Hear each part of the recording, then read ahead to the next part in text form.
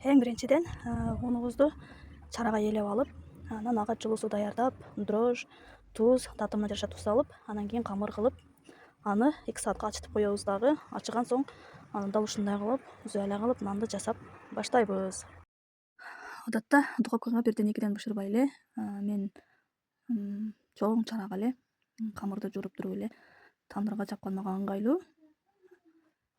Себеп духовкага 2де нан салып отурганда өзүм эле жүрөгүм сыгылып кетет. Ошон үчүн тандырга эле нан жаап салабыз.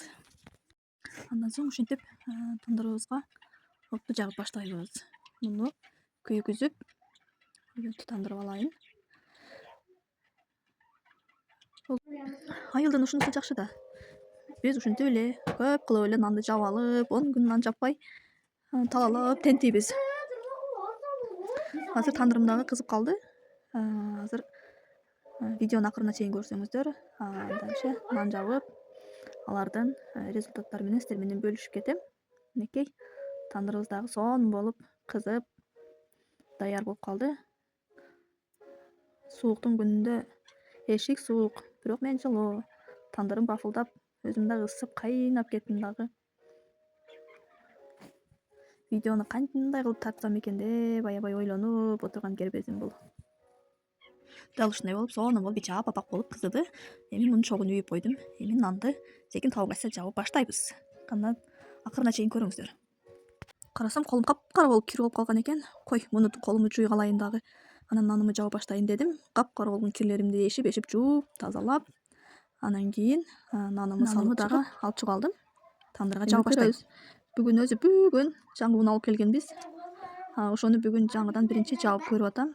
Эми ошончо аракет кылып видео тыкканга жараша жакшына эле жабылып берсин. Мени уят кылбай. Акырына чейин көрүңүздөр. Кандай нан чыгат экен. Дайыма эле нан жапканымда, жаңы un алып нан жапканымда, ар ундун сыры ар кандай болот да. Кээ биринин арты чыкпай калат, кээ бир артын азыраак сууласаң түшүп калат. Ошондуктан муну дагы абдан коркуп жаап жатам. Арты түшпөй эле жакшы жабылып берсе болду. Нанды жабыштын дагы өзү бир түйшүгү бар. Түшүп калса, бир нерсеңди жоготкондой болуп, настроение болуп, жениң келип, аябай кыжылат кылып кетем. Сонун нан жабылса, настроение көтөрүлүп калат го, сонун болуп. Мынакей нанымы да жаап алдым. Кудайга шүгүр, жакшына эле жабылды. Шарманда кылбай. Эми жакшына болуп эле арты чыгып берсе эле болду. Түшпөй, арты жакшы кылып чыгып берсе сонун болот. Кактап бышырабыз. Агарган жерин бияктагы нандар дагы мынакей сонун болуп бышып атат.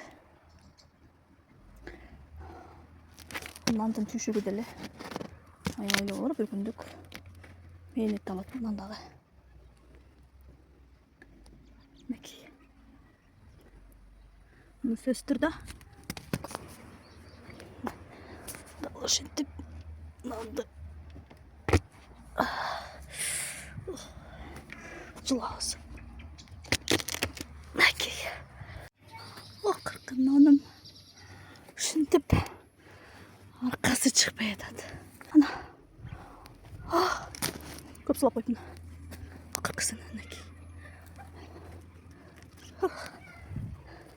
Бүгүн жаңы унап келдик элек да. Кудагы.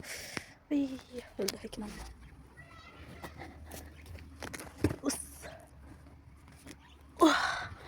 Мынакей.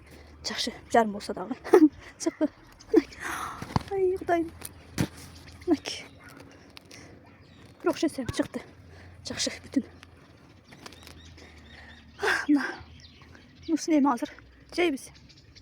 Нан даяр. Комментарий берип кетиңиздер.